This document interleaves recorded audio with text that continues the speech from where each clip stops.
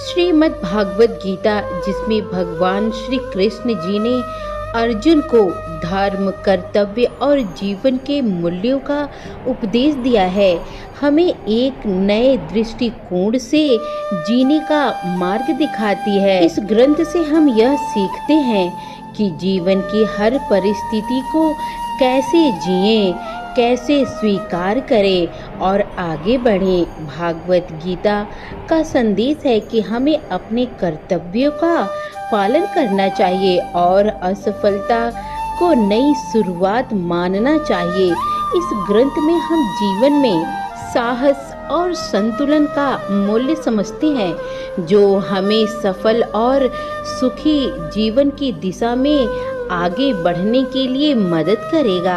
आज हम आपको भागवत गीता के माध्यम से श्री कृष्ण जी की बड़ी ही अद्भुत कहानी सुनाने जा रही हूँ।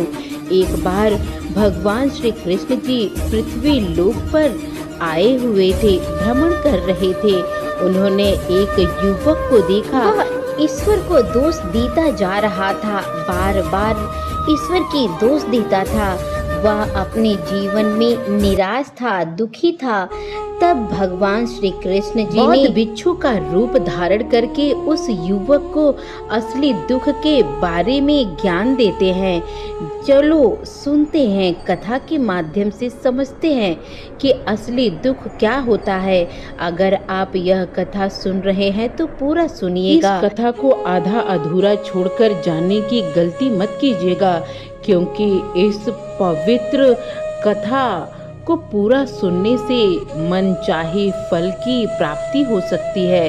इसलिए इस कथा को पूरा ही सुने। और अगर आप सच्चे श्री कृष्ण जी के भक्त हैं तो कान्हा का अनादर ना करें। सुख और दुख एक ही सिक्के के दो पहलू हैं, यह बात तो आपने सुनी ही होगी।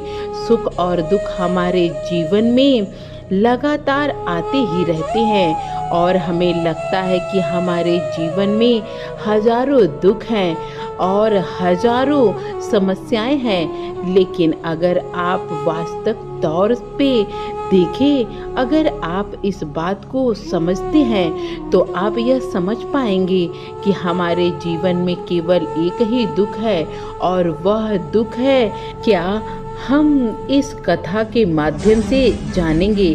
और दुख का निवारण, उस दुख का समाधान क्या है, वह हम इस कथा में ही जानेंगे। तो कथा के अंत तक जरूर आप देखिएगा। एक समय की बात है, एक गांव में एक व्यक्ति रहता था। उसका नाम सोनू था। वह बड़ा ही आलसी था और अपने जीवन में बहुत निराश था।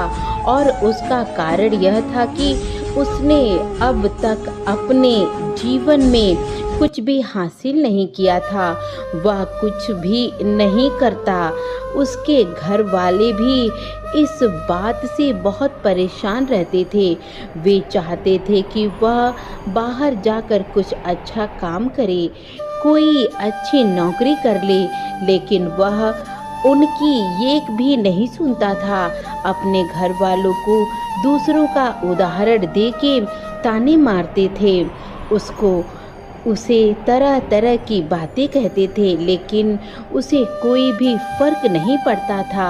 जबकि उसके सारे मित्र कामयाब हो चुके थे, व्यापार कर रहा था तो कोई अच्छी नौकरी कर रहा था, जिस कारण जब भी वे लोग मिलते थे तो लोग बढ़ चढ़ के बड़ाई किया करते थे। लेकिन सोनू कुछ भी नहीं कहता था, जिस कारण जब भी कोई पूछता था कि तुम क्या कर रहे हो, तो वह कुछ नहीं कह पाता था।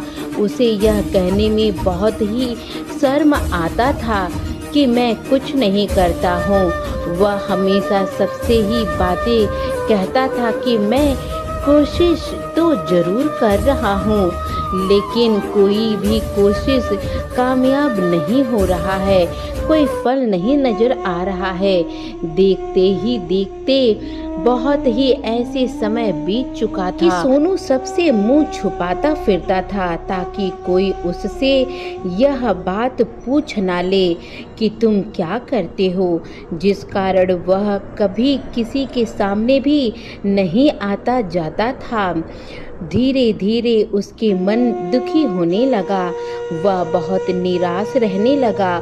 उसे अब ऐसा प्रतीत होता था मानो कि इस धरती पर मैं बोझ हूँ, जिस कारण वह अपने आप को बहुत ही अकेला महसूस करता था, कुछ तन्हा लम्हा महसूस करता था। एक दिन तो उसके मन में यह भी विचार उत्पन्न होने लगे कि मेरे हाथों में कुछ नहीं है, मैं क्या कर सकता हूँ।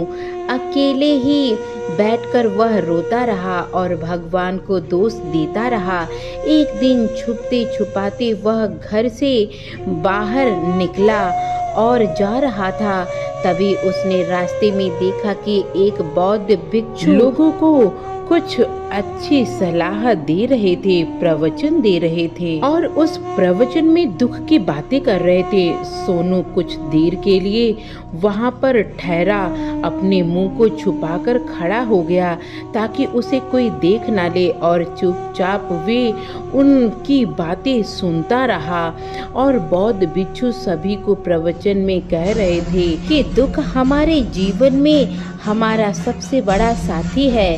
हमें दुख अपने जीवन के बारे में समझाता है और हमें ही दुख जो मिलता है सही से जीने का तरीका भी बताता है। यह हमारे गुरु की तरह होता है जिससे हमें सीखना चाहिए, न कि दुख होना चाहिए।